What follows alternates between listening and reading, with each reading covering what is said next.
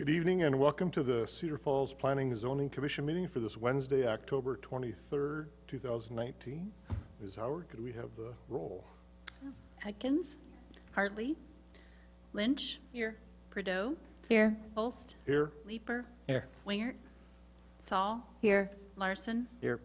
No, Wingert and Hartley are absent. Thank you very much. I would entertain a motion to approve the minutes from the October 9th, 2019 meeting, or any corrections. So moved. Second. Moved and seconded. All in favor signify by saying aye. Aye. All opposed? That motion carries. At this time, I would open up for any public comments from anybody wishing to address the commission on an item that is not on our agenda for tonight. Anybody for that? Seeing none, we will move right along to our old business, which is the Imagine Downtown Vision Plan. And Karen, I assume you're going to introduce this. Yes, I do want to note that we received some late correspondence from Community Main Street that we did pass out prior to the meeting. And I believe that Carol Lilly is here tonight to probably address that as well. So just I wanted to give a little bit of background. I wasn't here at the last meeting, but I did review some of the comments that were made. So I want to try to address some of those things that did come up at the last meeting and maybe sort of emphasize a few things about the plan for anybody that's watching on TV. So there was, I think, some question about the study area and how we arrived at the study area for the downtown plan. It was noted that, boy, this is a bigger area than what most people think of as downtown. We typically think of the core of downtown and Main Street as being what constitutes downtown. But when we set up these study area boundaries, we were also thinking ahead about how we wanted to address that transition from downtown into the surrounding neighborhoods, and also look at what our existing zoning patterns were in the downtown and look where we thought there maybe were some zoning districts that were out of sync with what the vision plan would likely be. And so the boundaries were drawn based on those thoughts. These are the boundaries of any area surrounding downtown that has commercial zoning or higher density residential zoning that's not just single family. So that's why the boundaries extend down Main Street and out into the neighborhoods. There was also, I think, some discussion about how much public outreach there was for this plan and some concern about that expressed at the last meeting. So I won't go through all of this, but I did just want to put this slide up here to emphasize that we believe that there's been a lot of public input and process to build toward this public review draft for the plan. Starting back last April, the City Council established some project priorities, and we organized a plan for public outreach and organizing those events. I want to give a shout out to Community Main Street because they were a really great partner in getting the word out about all these events that we held to invite the public in to talk about the vision for downtown. And the consultant team that we hired, Farrell Madden, they brought a bunch of other firms in as well that were experienced in this sort of visioning, and to really study some of the context of the community behind the scenes. So they did do a visual survey of the entire study area. They did a detailed marketing analysis of the community, a transportation analysis, and a zoning analysis, and all those things are in the plan in more detail. Some of those are quite detailed in the appendices for the plan. So if you're interested in some of those aspects of it, that was what was happening behind the scenes to really study in depth downtown Cedar Falls. And then as far as the public activities, we did have a public kickoff event in April, and we did a number. During that visit, the consultant team was here for a number of days. We did a number of stakeholder interviews from city officials.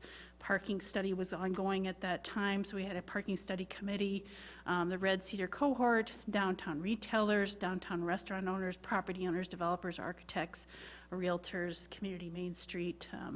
So we had quite a few stakeholder focus groups to talk to people about that know downtown.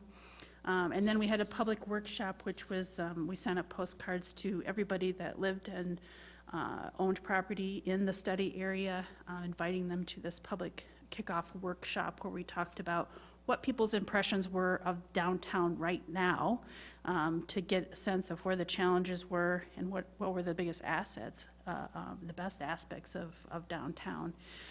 And then taking that information back, the consultant team came up with a plan for a community design charrette that was a 6-day event at the beginning of June. I think a number of you participated in that. Started off with a public hands-on visioning workshop. So instead of talking about how downtown is now, we were taking that piece of what we heard from the community about the challenges and the assets for downtown to talk about then moving into what do you visualize for the future? What is your vision for the future? And had people draw on maps and talk about with their friends and neighbors at this workshop about what the vision was for the future and some of those big ideas.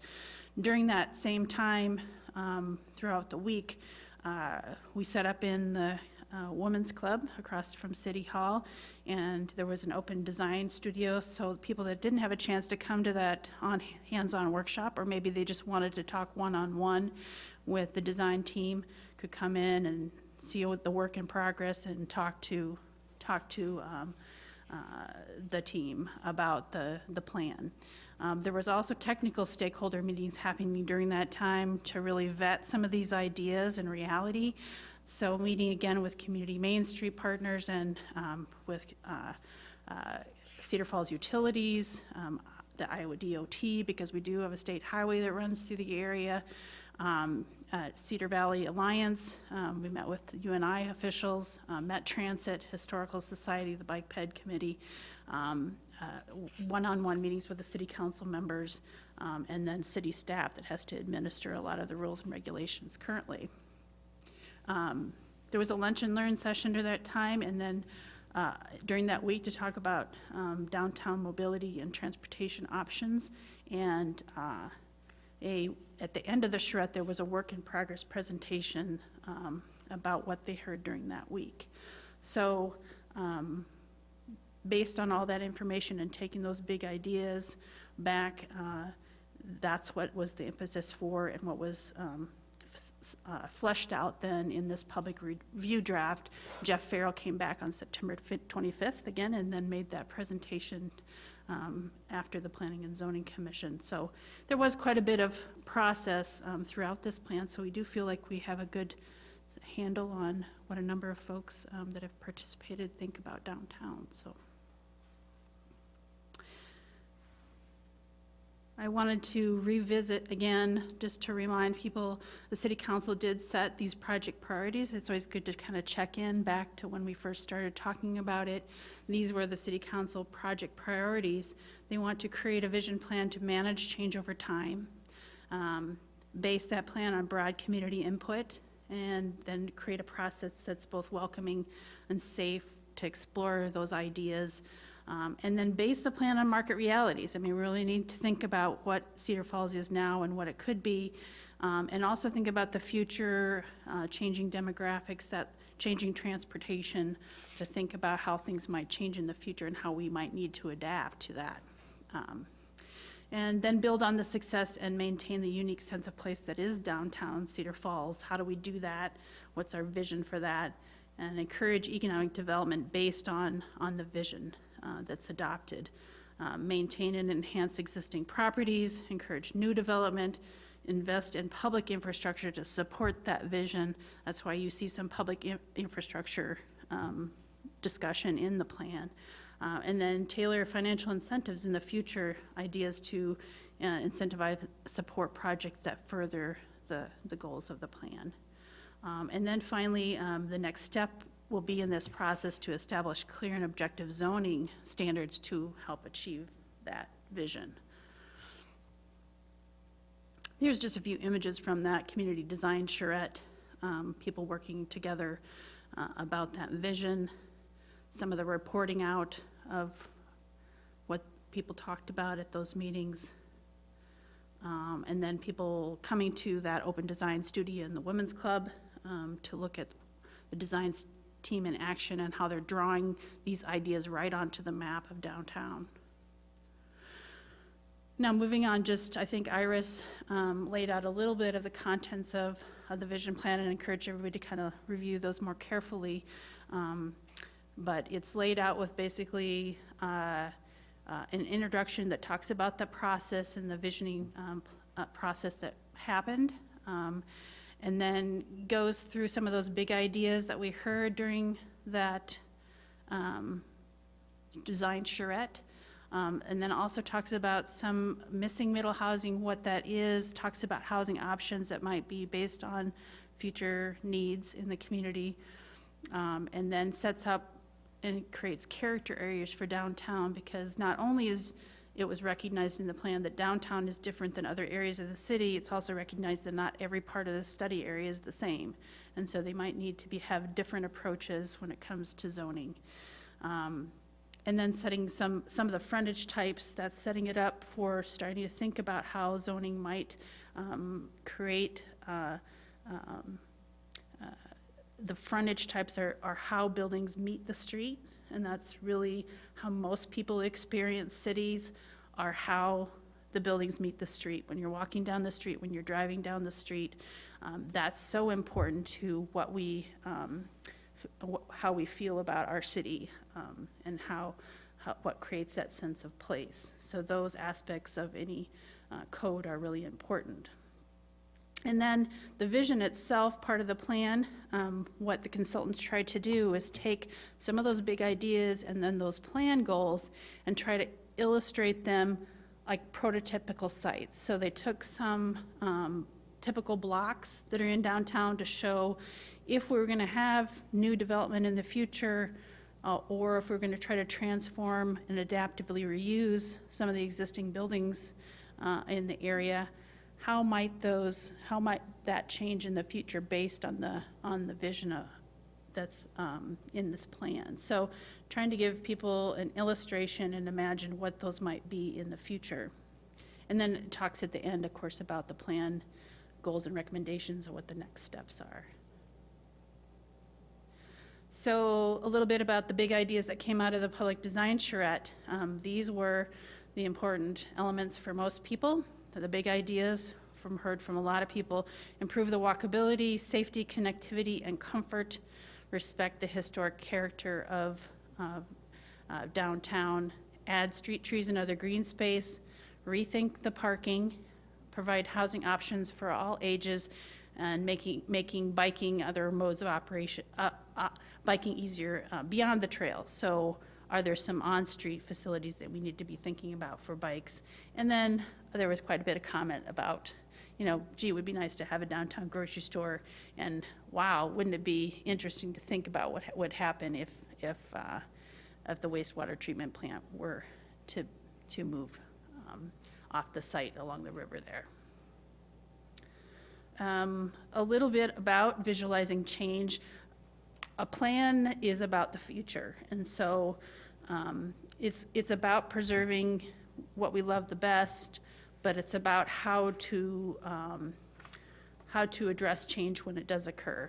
And what we've recognized that there may be a mismatch between what the current zoning allows and what the community's vision is. So we need a plan and a zoning code to address the change when it does occur, and regardless of whether it is investment in existing buildings, adaptive reuse, or new construction. So the plan is trying to help us visualize that important relationship between the buildings and the street. And getting this relationship right really creates that unique sense of place that is downtown Cedar Falls. So here's just one example that I pulled out from the plan. This was also shown in that report out at the end of the charrette that was kind of interesting, a way to visualize. Here's 4th Street as it currently exists between Main Street and Washington Street. And pulling in some of those big ideas from the design charrette, maybe we install the streetscape that we've got planned and extend that from Main Street off to the side streets. Add some of that decorative lighting and some of the pavers. And then what happens if maybe there's a possibility in the far future, or maybe not so distant future, where we might want to think about multi-use parking facility and how we could still create more parking without creating a dead space along the street. So this building is supposed to represent kind of a multi-use parking facility. And then if we add some more elements, open up some of those storefronts. This is about adaptive reuse of the existing buildings that are there now, opening up some of those windows so that it's less of a side street and more of a functioning part of the downtown. And then what happens if we add more green space, more opportunities? It really creates that nice sense of space. This side street then ends up looking more like what we have along Main Street. And so that's one of the ideas of the plan, is can we extend the beauty that is Main Street through to some of those side streets? I understand that there was some discussion about the reimagining downtown street section of the plan and the Main Street corridor. The plan talks about the idea of a 4 to 3 lane conversion. This was one of the options that was discussed in the 2017 Main Street Corridor Traffic Study. And at that time, it was decided that we would continue that discussion at the time when we were going to develop more detailed plans for that corridor, so that have a further discussion. So the plan really highlights how this option would further the goals of the vision plan to enhance the walkability and green character of the street. So how would this option help us to meet some of the goals of the plan? But obviously there needs to be continued study as we do more detailed design and really talk about balancing the needs of that street and what the community wants for that street in the future. I know one of the comments, and Carol can speak to this more specifically, perhaps if she wants to make some comments, but we did note in their letter that they recommended additional emphasis on historic preservation and adaptive reuse. So the consultant looked at some places in the plan where we could add some additional sentences just to emphasize that. So there were some specific pages where they had suggested some changes. And if you have questions about that, we can go through that in more detail. One of the things that they wanted to emphasize is that one of the big ideas, and in the plan itself, the big idea was to respect historic character, but what do we mean by that? How do we implement that? So the plan does have a number of bulleted sort of ideas on how to implement respecting historic character in the future.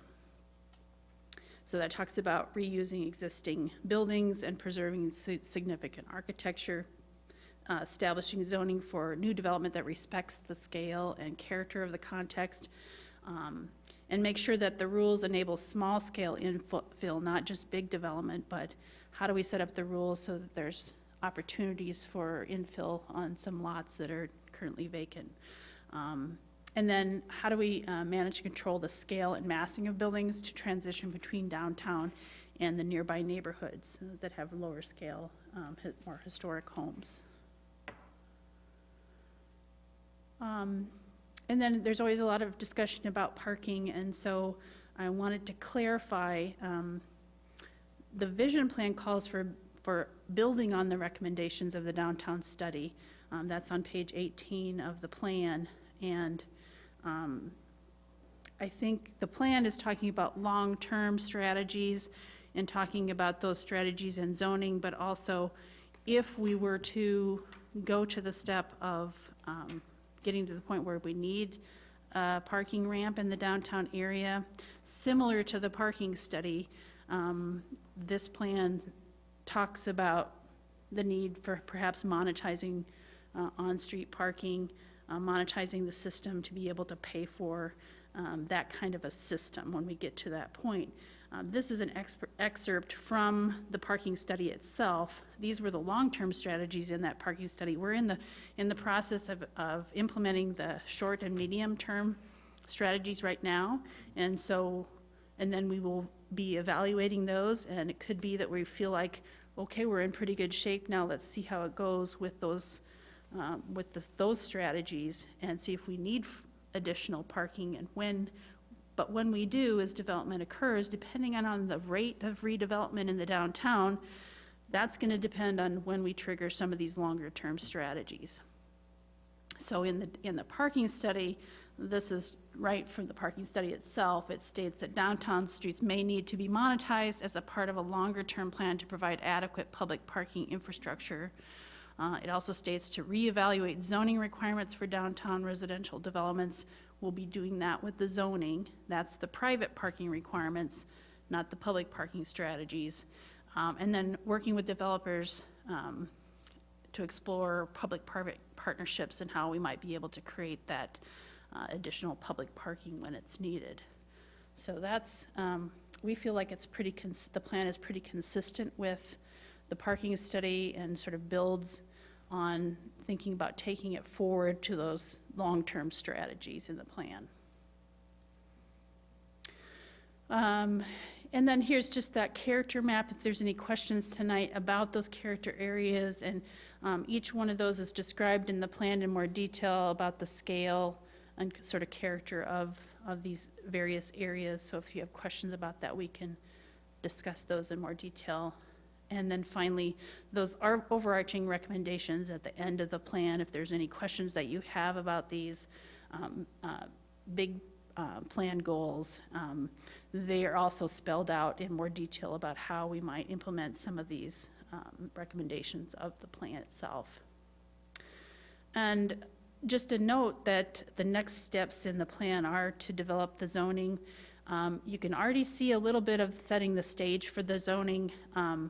The character areas are starting to set that stage because it's talking about building height and bulk. It's talking about building types, building placement, parking requirements and placement, and how those buildings meet the street. That's the frontage types that they're talking about in the plan. So you can start to see a little bit of the elements of what might form the basis of the next step, which is the development of the zoning code provisions. A public review draft of the anticipated of the zoning standards. We're anticipating that might be spring next year by the time that we're ready to roll that out for public review. And then it'll of course come back to you and the city council for consideration and adoption. We're hoping then that we can get that zoning adopted and maybe rezone these areas in the downtown area to fully implement the plan with regard to the zoning code. So that's a basic overview of the plan itself, and with that we would recommend discussing it further tonight, but then we would recommend that you approve the Imagine Downtown Vision Plan and send that on to the City Council for their consideration. Great. Thank you, Karen, very much. At this time, I'd like to open the floor to any public comment on the vision plan. We welcome all thoughts. If you would like to comment on it, please come forward and give your name and address.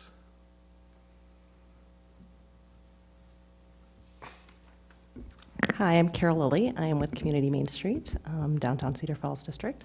And I don't know if you had a chance to actually read through the letter, but for the benefit of the people that are watching today, I'm going to go ahead and read through this. So sorry to be reading, but I want to make sure that everyone understands our position. And I do have some comments too, and I appreciate, first of all, that Karen took some time, the city took some time to take a look at our concerns and have already found ways to implement some of those recommendations. So appreciate that effort. So thank you for that.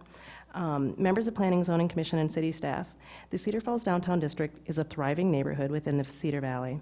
As the restored center of the city, the Downtown District is a vibrant community for living, working, shopping, dining, entertainment, and exploring our past.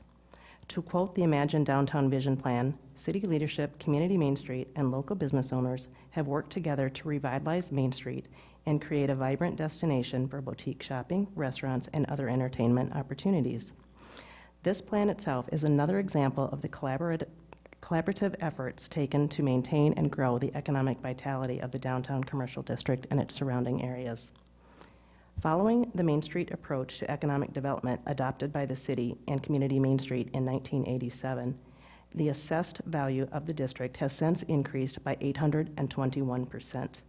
Using this approach throughout the historic neighborhood, the rehabilitated buildings provide a community DNA that serves to connect our collective past with our contemporary lives. Considering our role as leaders in this approach for commercial development, today we are writing to share our thoughts on the Imagine Downtown Cedar Falls Vision Plan draft currently under consideration. Even a quick glance through the plan makes one excited for the future of the downtown. Our observations are as follows. The character areas established in the plan are well thought out and have captured the essence of the established building stock. The district gateways and a complementary, well-planned transition into the neighborhood are critical to the connectivity between downtown and the greater community. We applaud the recommendation to respect the historic character of the district, which is mentioned several times in the document, including an emphasis on the preservation of the historic character merits strong consideration. The what-if designs in the prototypical sections focus more heavily on new construction rather than adaptive reuse of existing structures, and the images used exemplify this approach. In this section, we encourage including adaptive reuse visuals within the document to portray the option of reuse along with new development examples, and I think that's one of the things that's already been addressed, so thank you. The parking recommendation in this document, in our opinion, differs from the recommendations from the parking study. Which approach will be used when developing code? Adopting the two different approaches to tackle this parking in the district is problematic, and we don't think provides city staff with enough direction to actually develop code. This is more about timing, and I can talk a little bit about that in a minute, but we wholeheartedly agree that building height affects neighborhood character, and we encourage the use of existing historical structures to be used to define height limits on new construction, such as the Oster Regent Theater example that they provided on page 35 in the document. Although we typically defer to the Overman Park Neighborhood Association to be the voice for the district residents, we did notice something that we felt the need to comment on, which was a suggestion for a specific designation for historic homes.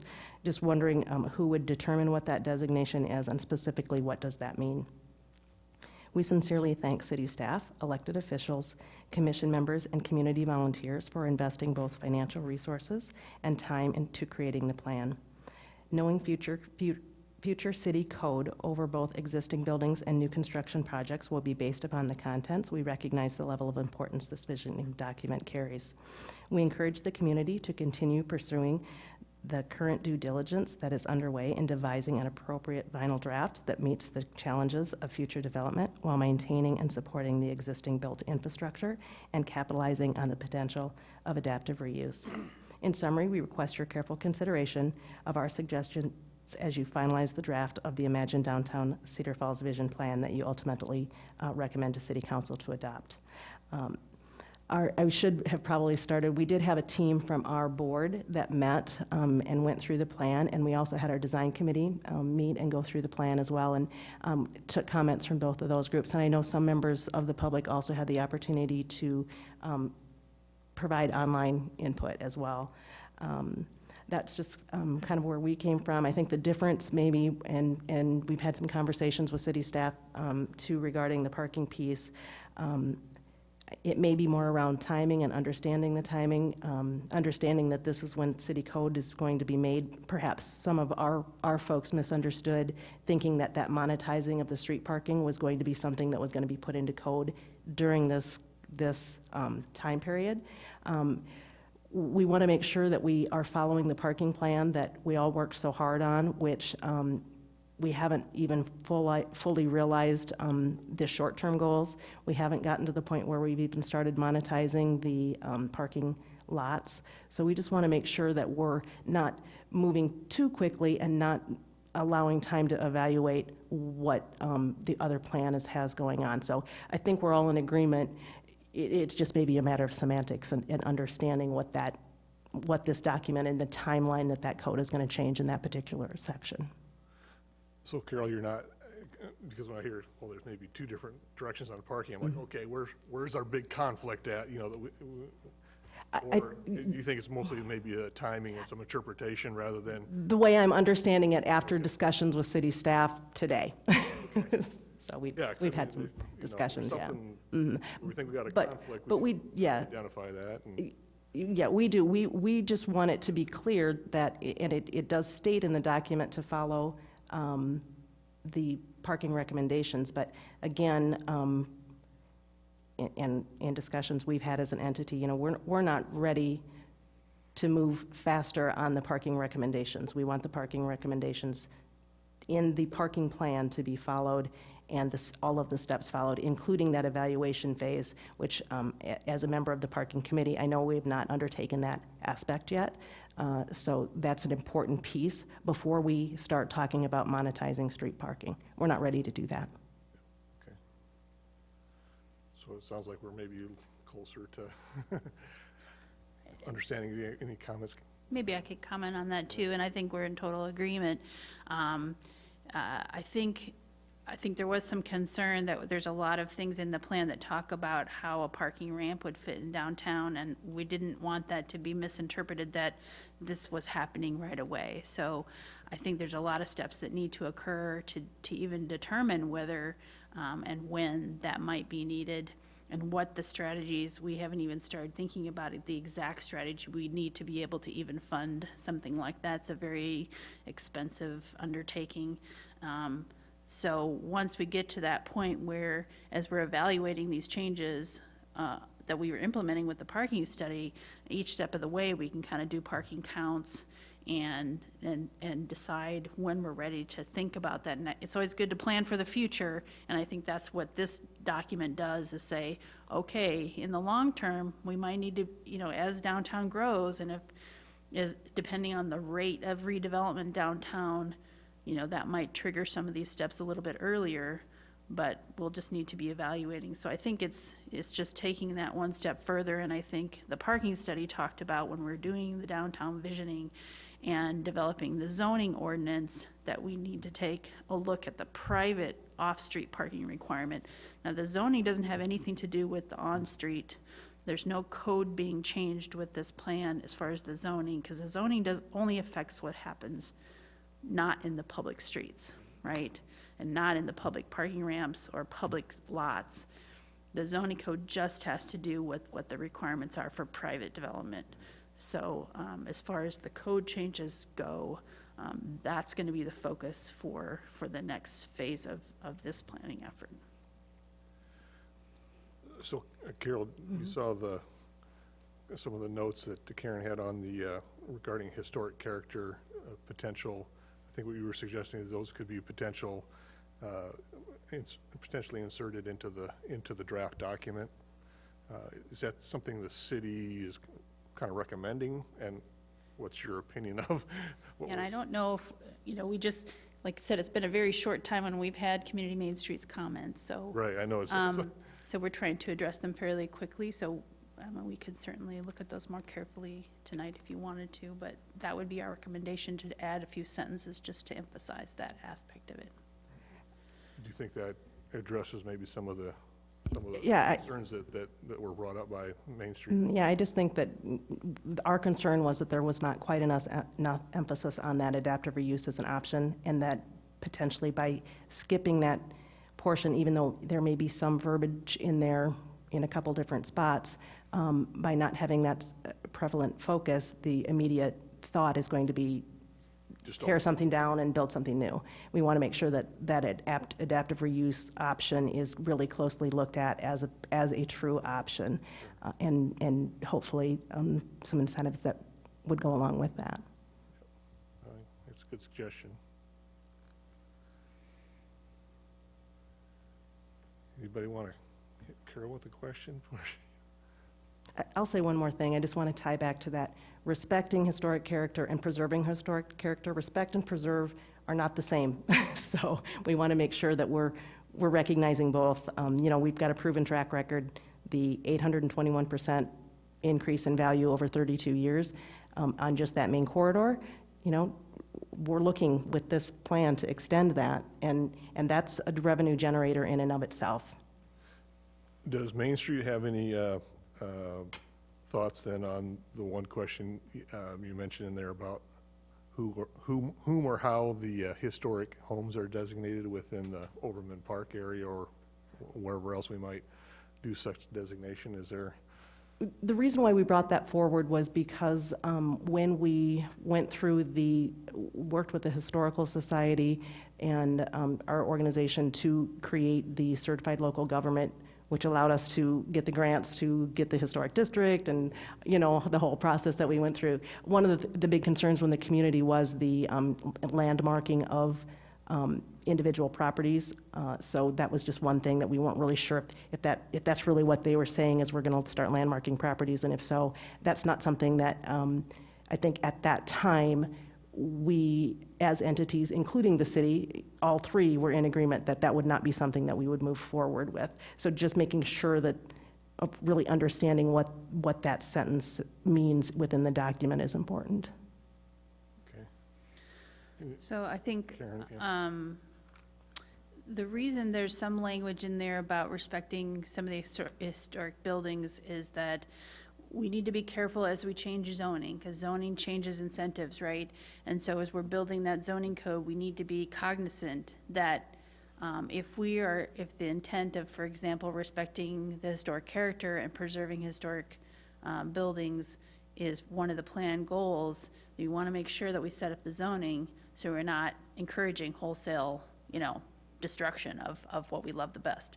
And so we're just going to keep that in our minds as we're building the zoning to make sure that particularly some of those places that are pretty special, whether it's a whole street frontage of really nice intact historic homes, that, you know, we're not saying, oh, you can build a 5-story building here, because that would give a tremendous incentive to redevelop maybe something we don't want to redevelop. And so the scale and the zoning requirements need to be appropriate for what we actually want to have happen in the community. So.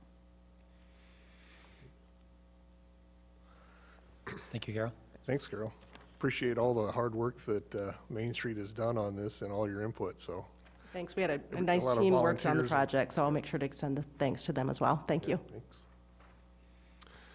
Anyone else who would like to address the commission on this, please come forward and give your name and address.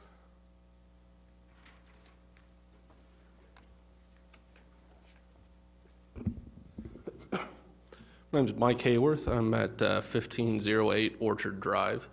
And recently, as my fiance and I were searching for a home, we realized that there's opportunity through Cedar Falls for rentals to be traded over into single-family dwellings with incentives. I see this as a good opportunity and would like to see the district extended for that incentive into the eastern part of Main Street. I see that as being a good opportunity for that use of funds, so thank you. Yeah, thanks, Mike.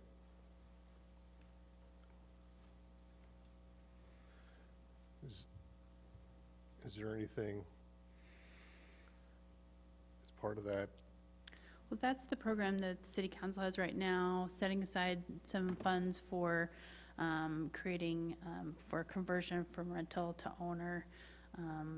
City will give a forgivable loan, basically for $10,000, up to $10,000 for improvements to the exterior of the homes. Isn't that across the whole city though right now? No, right now it's focused in on some of the urban renewal area. I think there's a specific boundary to that, particularly the revitalization of maybe around College Hill, because that's some of the area that there was some focus on trying to revitalize. But certainly that's, you know, something the city council could consider, expanding those boundaries or looking at that program. Adding some area that might include this. Yep. Right. Some of the aspects in the plan that could help make some of those homes affordable are things like adding the ability to do, for example, an accessory dwelling unit.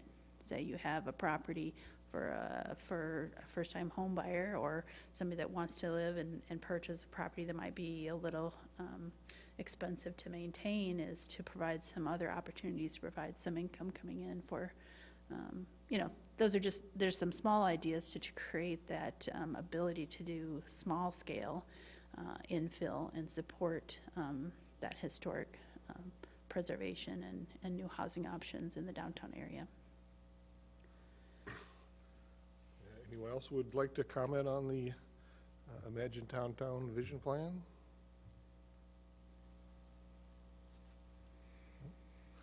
Seeing none, I'll close the public comment and bring it back to the commission for further discussion. Any kind of a motion? I don't know if there's any.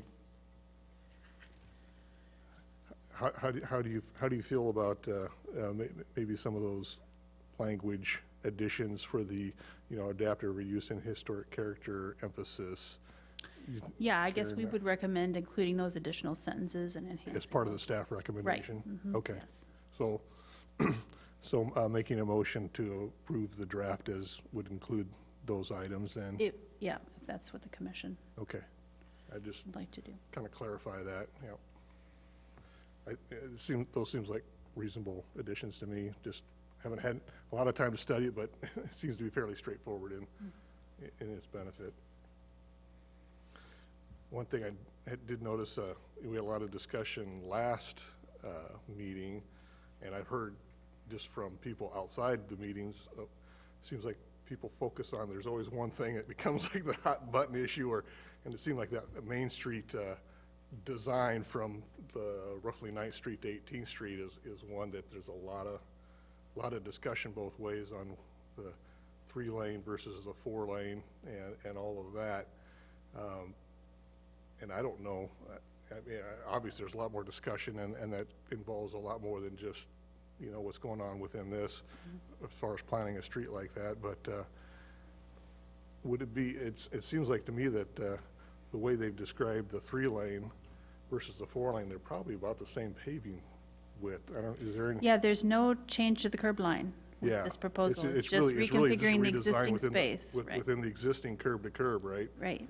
So,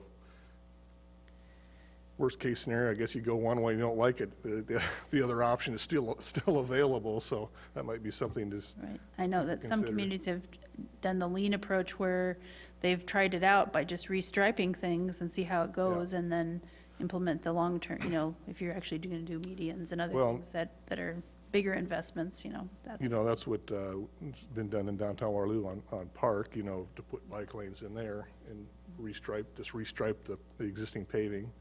And, that works out pretty good. It's a little awkward in some places because of the way paving is, but that is definitely an interesting option.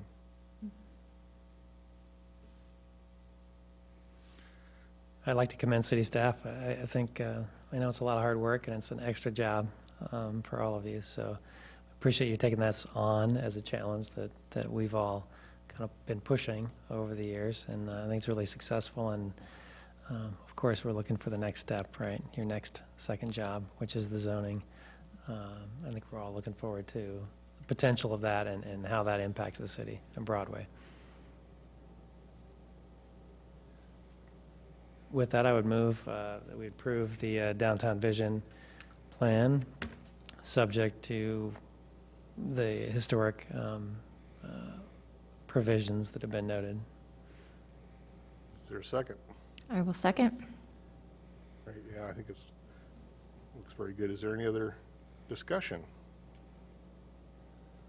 Seeing none, we're going to go ahead and vote.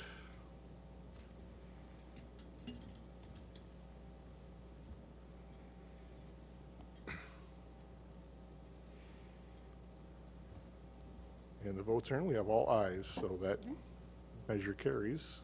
And so when will Karen, when will the city council be addressing this then?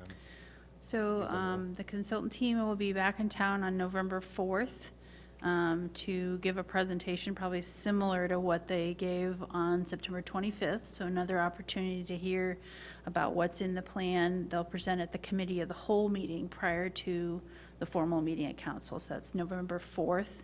The exact time, of course, will be noted when that's determined what's on that agenda. That'll be prior to their formal meeting. And then we would anticipate then possibly at the next meeting following that, which be, I think, November 18th, is the next city council meeting, having that on their agenda for discussion and possible adoption by resolution. Great. Thank you. Well, that concludes all of our regular business for tonight, so I'd move on to any commission updates. And Karen, I think you have some updates, it sounds like.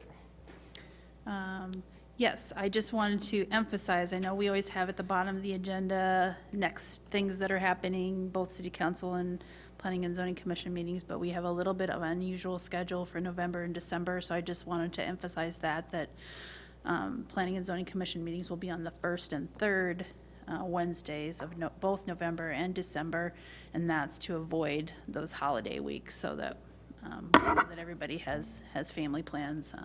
A lot of people do during those weeks, so just please note that in your calendars. Great. Thank you. I think that concludes everything. I'd entertain a motion to adjourn. So moved. Is there a second? Thank you. All in favor signify by aye. Aye. We are adjourned. Thank you very much.